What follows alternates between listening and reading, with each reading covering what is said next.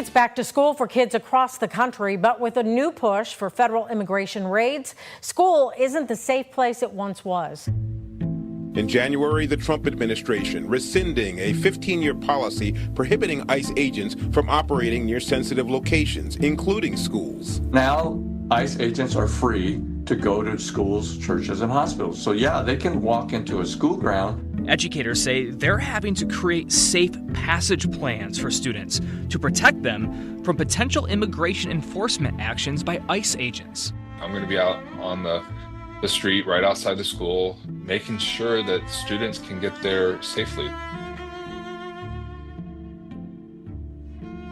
Hi, everyone, and welcome to another episode of Courageous Conversations About Our Schools. This is your host, Ken Feudernick, and today we're going to be talking about a topic that's been in the news across the country for some time. It's a topic that educators and local communities are especially concerned with right now in August of 2025 as kids head back to school. We're talking about immigration. We're talking about ICE raids in schools and ICE raids away from school that affect parents and relatives of kids who are in school. Let me be clear, this is not about whether you support the country's current immigration laws or practices. It's not a Republican or a Democratic conversation. This is really a conversation about doing all we can to ensure that kids and families feel safe and that they continue to learn in schools and get that opportunity like we would want them to have. But so as you can imagine, the country's new immigration policies and the dramatic increase in ICE raids are causing confusion, anxiety, and fear in many communities. According to Thomas Dee, a researcher at Stanford University, it's led to some pretty significant increases in chronic absenteeism. Well, my guest today is Leo Tucker. Leo is an attorney from Arkansas and is the executive director and lead attorney for an organization called Aiding Survivors of Trafficking and Child Abuse, or AID, AID for short. He also developed something called Preparing for ICE Raids, a guide for school and community partnerships to protect children from trafficking and abuse. We will make that guide, that free guide, available on our website where you can download it. Welcome, Leo. Hi, Ken. Thank you for having me. Really great to have you here. I just can't imagine a more important, timely topic to be discussing right now. As I mentioned, I think there are people, certainly in your state, but in my state, in California, people are concerned. There's a lot of anxiety. And a lot of confusion. And I'm hoping you can help us a little bit through that. I'm very impressed with the guide you've put together, and I want people to know about it. But let's just start by saying a bit about yourself, where you live, and what you're currently doing. Okay, yeah. I live in Arkansas. I was born and raised in a village with no stoplights and no elevators called Danville, Arkansas. And that's relevant because when I was about 8 years old, Laotian refugees moved to Danville and started working in the poultry plants there. Then a few years after that, initially just men from Mexico, and then whole families. And suddenly amongst the 24 Protestant churches, there was a Buddhist temple for the Laotians and a Catholic church for the Mexican and Salvadoran immigrants, because we also had Salvadoran immigrants that had fled the Civil War in El Salvador. And so I had a really wonderful church growing up, and I was a gospel musician there, and that church was really welcoming to our new neighbors. And that sort of planted in me, I think, a seed of okay, well, I already wanted to be a lawyer, but now I want to be a lawyer that serves neighbors in these situations. Yeah. And so I got to college at University of Arkansas and started working at Legal Aid of Arkansas. And Legal Aid was fantastic, and I learned so much, and I worked there for 3 years. But I wanted to start my own law firm because a lot of law firms like Legal Aid, while they do fabulous work, they accept funding from the Legal Services Corporation, uh, um, which determines which immigrants and refugees are eligible for their services and which are not. And so I wanted an unrestricted legal services organization. Every year, there's a team funded by Bill Gates that chooses 5 people with a history of public interest work to attend the University of Washington School of Law for free. And I got to have multiple breakfasts and dinners with Bill Gates Sr., the less famous Bill Gates, the famous Bill Gates' dad. And I would always say, thank you for my bicycle helmet. Thank you for my apartment, my books and tuition. And he would say, stop that, stop that. That's not my money. That's my son's money. But because of that scholarship, I was able to come back to Arkansas and have no student debt and start aiding survivors of trafficking and child abuse. And that was 10 years and 5 months ago. And this guide that you and I are going to visit about is it's the front end of the work. Normally, my clients come to me after they've survived trafficking or child abuse or whatever horrible thing that they've survived. But this is something that can preventatively, preemptively, affirmatively protect young people from the trauma and all of the physiological and psychological effects of trauma. And they're just so much more vulnerable to that if, like on the first day of school in Mississippi in 2019, their parents and caretakers are all taken at once. Yeah, we're going to talk about how this is actually playing out on the ground because you have firsthand experience with families that have experienced this and you know what's going on. I want to start with a sort of a more fundamental question that I think is has created a lot of confusion. People haven't really thought about it, but people use the term illegal immigrants, illegal aliens, and other people refer to undocumented immigrants and say that's a more accurate term, and other people say no, they're illegal. Can you just shed some light on that distinction and why it matters? Yeah. So undocumented is a term that's preferred among advocacy groups. Legal professionals mostly would use that term. Illegal immigrant or illegal alien they're older terms. It's interesting from a legal perspective because some folks who are here may have overstayed a visa. They came with permission, but then they stayed beyond that permitted time. And so undocumented feels like the most accurate term because they didn't come illegally. There are certain immigration-related violations that are crimes, like if you re-enter after a deportation, that's an illegal entry. But really, whoever is using those terms, whichever term they're using, it tells you more about their political leanings than it tells you about anything else. So is it true that one can be undocumented and yet not have committed a crime? Correct. Absolutely. Absolutely. So, for example, the most sort of well-known example of that would be documented young people. So they've got something that President Obama created in 2012 called Deferred Action for Childhood Arrivals. They were brought here as children. They arrived as children. And their presence, they entered without inspection, most of them. Entry without inspection, or EWI, entry, is the term you'll hear in legal circles. And that's a good example. And a lot of people have a little more room in their heart for folks in that category that were brought as children to the country. So using undocumented, maybe the reason some people prefer it is that it doesn't make any assumptions about your criminal, whether you are potentially a criminal, because some people who are undocumented are not. I've had a couple of clients, Ken, who were basically the children of GI Joes in Vietnam. And so these army folks brought these kids back and just assumed everything would be fine. And now, their children are 50 years old and can't get citizenship.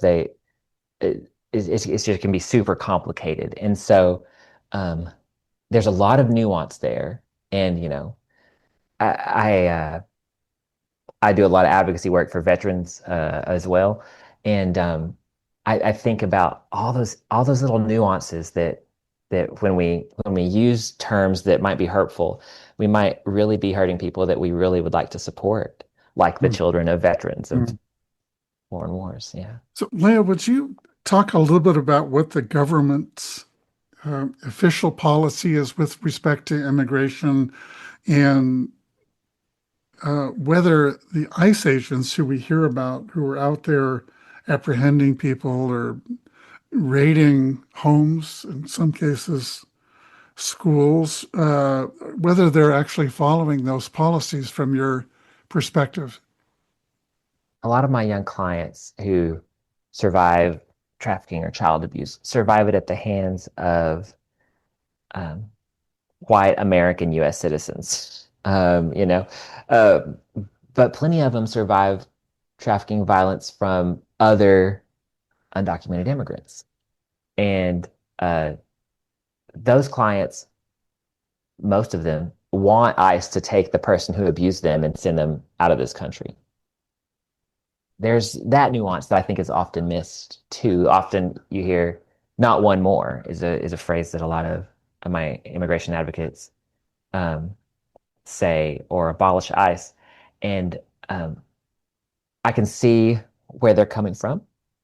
But I also see where some of my clients are coming from. And I want to hold space for those levels of nuance as well.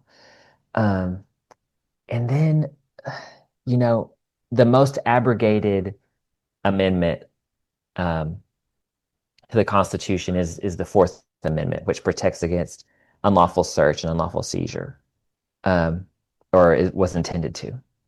And we had a case since, this is in February of 2025.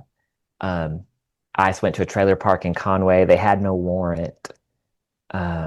They knocked on the door with this sort of scary law enforcement knock with their full forearm, and fist. And my client asked to see a warrant, and they didn't show one, and they left when she refused to let him in. But then they came back 2 hours later. And can I assume that in that intervening time, they drank a little alcohol or had other substances, and they came back and they broke the door off the hinges.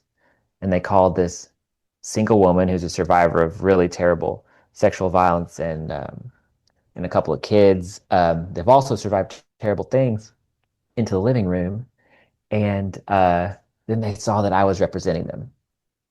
And so they apologized. They put their tail between their legs and they said, "Sorry about your door. You'll have to fix that." And so when I think about your question, I don't mean to circle the question 20 times before answering it, but I think in some cases they might actually be following the law, and in some cases they're definitely not. And unfortunately, my dad was a police commissioner, and so I don't think that all cops are bad, and I don't know what alternative there is when people are being violent toward one another, but to have some trained violent people. All this is to say, it's possible to love our neighbors and protect children's interest and do right by the Constitution all at the same time, but that's not happening consistently across the nation, unfortunately. And it wasn't under the previous administration either, but it seems to have gotten significantly worse.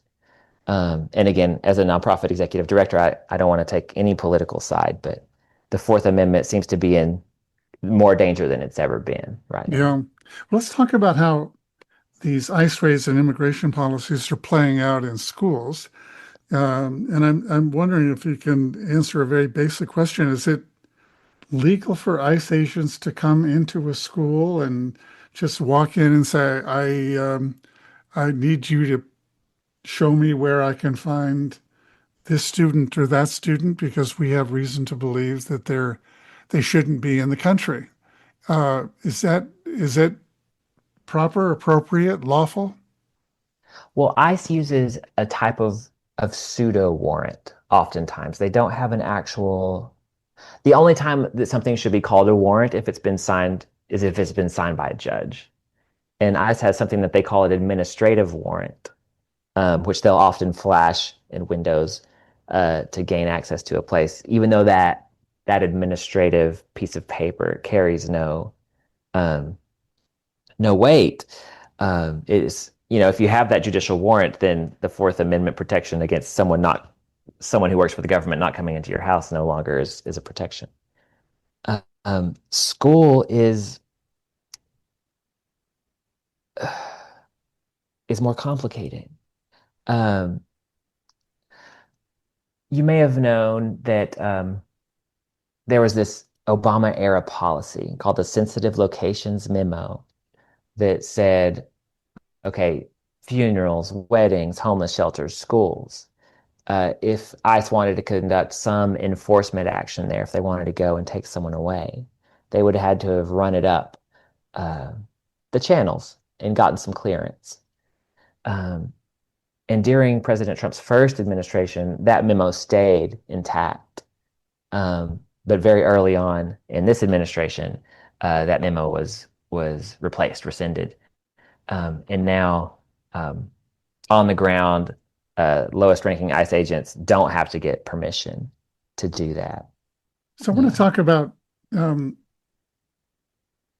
another really important part of this issue, and that is ICE agents who go in and apprehend parents or caregivers, take them away.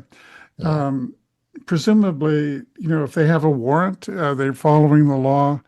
They take parents away. But I'm thinking about the 5-year-old child of the caregiver who steps off the bus and goes home, and no one's there. Right. I mean, that just sounds horrific to me. And even the prospect that could happen, which just sends chills up your spine. And imagine what it does to a 5-year-old or a 10-year-old who thinks, if I come home, it's possible my parents won't be here. So Yeah. I'm wondering, A, does that happen with any frequency? B, is it the case that when that does happen, immigration officials do all they can to reach out to local agencies and make sure that the kids are protected and safe and are not traumatized, or lessen the trauma? I mean, if in any case, if the parents aren't there anymore, it's going to be traumatic. But just shed some light on what's actually happening on the ground with respect to those scenarios I was just describing. Yeah. A new memo came out last week or the week before. And maybe I should just say that the quickness of the policy changes it's dizzying. The new rule says that ICE no longer has to try to keep parents or guardians close to their kids. Moving them closer to their kids is optional now.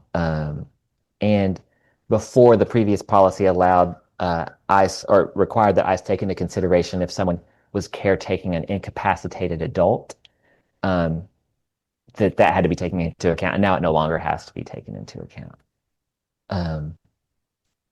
Is it happening? Yes, unfortunately. I am on the board of a nonprofit that we do gospel music and raise money for like the homeless shelter or different nonprofits across Arkansas. And someone who works for our nonprofit just adopted 2 kids, clients of mine, whose mother was taken out of the country a few weeks ago.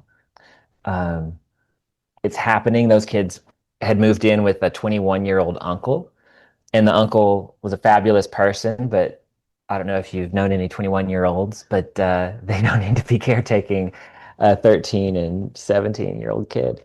Um, and so it is happening, unfortunately. And as it continues to happen, and I suspect it will continue to happen, and I suspect it will happen on a much larger scale, because maybe you saw the ICE's budget has increased significantly with this latest budget bill. Um, that sadly, our ICE raid preparation guide for schools and community organizational partnerships is going to become more relevant. So I think what must have prompted you to write this guide is to help communities and organizations and communities prepare for anything that might happen that would put kids in harm's way or that would cause trauma, and to do all we can in a community to be able to respond rapidly if and when a child's safety or well-being, psychological well-being is at stake. So the title of the guide is Preparing for ICE Raids, a guide for school and community partnerships to protect children from trafficking and abuse. And so if we're not going to have nearly enough time to go through everything that's in it, but if you could point to a few high-level recommendations in that, I think that would be helpful. And then people can come to our website or your website, which we'll put on our website, and download the guide for themselves. Great. So yes, it sort of grew out of seeing what happened in the wake of the immigration raids on the first day of school in Mississippi in 2019, and the the complete vulnerability of the children that flowed from the ICE raid and the unprepared schools and communities. And I called a superintendent of a school district here in Northwest Arkansas and said, what if we collaborate? What if we prepare for this just in case this happens here? And he loved the idea. And so I called another church. So first I called the school, then I called a church that has a lot of resources, a lot of financial resources, and that I knew would be sympathetic to children in this situation. St. Paul's Episcopal Church in Fayetteville. And they were immediately on board too. So we started having meetings. And what we decided was that if this happens, the school will be responsible for certain aspects of the children's care. And then the community organization, in our case, St. Paul's, would be responsible for other parts of the children's care. So the school would bus the children to the church, which would have already vetted certain adults with background checks to provide safe places to bathe, sleep, eat, and be entertained and receive therapy. And the school would be there doing its very best to discern who are the safe adults that have a history of knowing and caring for this child, now that the primary caregiver of that child has been taken by ICE. My organization would also be at St. Paul's to serve the legal needs of those children, maybe preparing powers of attorney, seeing if there's anything we could do to get the children access to Medicaid, which is another sort of focus area of my nonprofit law firm, if they didn't already have it, that sort of thing. And so we're all in the same place. We all have a plan of what it's going to look like when we get there. And what I love about the guide is that it started to be adopted in Nebraska and Iowa and in California and New York. It's pretty customizable. It's pretty scalable. We have template policies, template letters that schools can send to their families. I really hope that it can prevent a lot of harm because when those primary caretakers are gone, if there's no plan, then that's just so dangerous for um, the the just heightened exploitability factor for kids in that situation. Is it, this could apply to law enforcement too. If parents are taken away because there's a warrant for their arrest, is it Hmm. standard practice for law enforcement or for ICE officials to notify a school when they've apprehended parents? Or is that not standard practice? And I go back to the scenario I made up in my head that a 5-year-old gets off the bus from school and walks home and the door's locked, or they go in and no one's home and no Right, one has notified the school, the right, daycare, to say this child's parents are no longer here, which would then could trigger a whole series of responses like the one that you talked about. Or in some communities, even if they were informed, they might go, we have no idea what to do. We don't have a church ready with beds and entertainment and therapists and food. And yeah, then, I guess you call social services and someone comes and does the best they can. And I think what you're saying is it's much better to be prepared, to have a plan, to know what to do. But I'm just curious to know whether law enforcement and ICE officials, whether it's standard practice for them to even notify the school when parents are taken away or caregivers are taken away. yeah. I don't know of any policy that there is, and I know that I was the one to notify the schools about the case that I gave you earlier of a mother of two of my young clients being taken a few weeks ago. Um, there are certainly occasions in which the school's going to find out. Like maybe you saw a few weeks ago, there was a child was being dropped off by his father at a preschool in Oregon, and ICE took him from the parking lot of the preschool. Um, in that situation, the school's going to know. But um, unfortunately, I think the hypothetical 5-year-old child in your scenario is just a real possibility. Yeah. Okay. Yeah. One thing, I don't know if I mentioned to you before, but I was elected to the county school board where I live back in November. Mm. And I'm pleased to say I got it with bipartisan support. Wow. Half of my endorsements and money came from Republicans, the other half from Democrats. The work I've done in the community in leading a project called Bridging Divides El Dorado has been done with people across the political spectrum.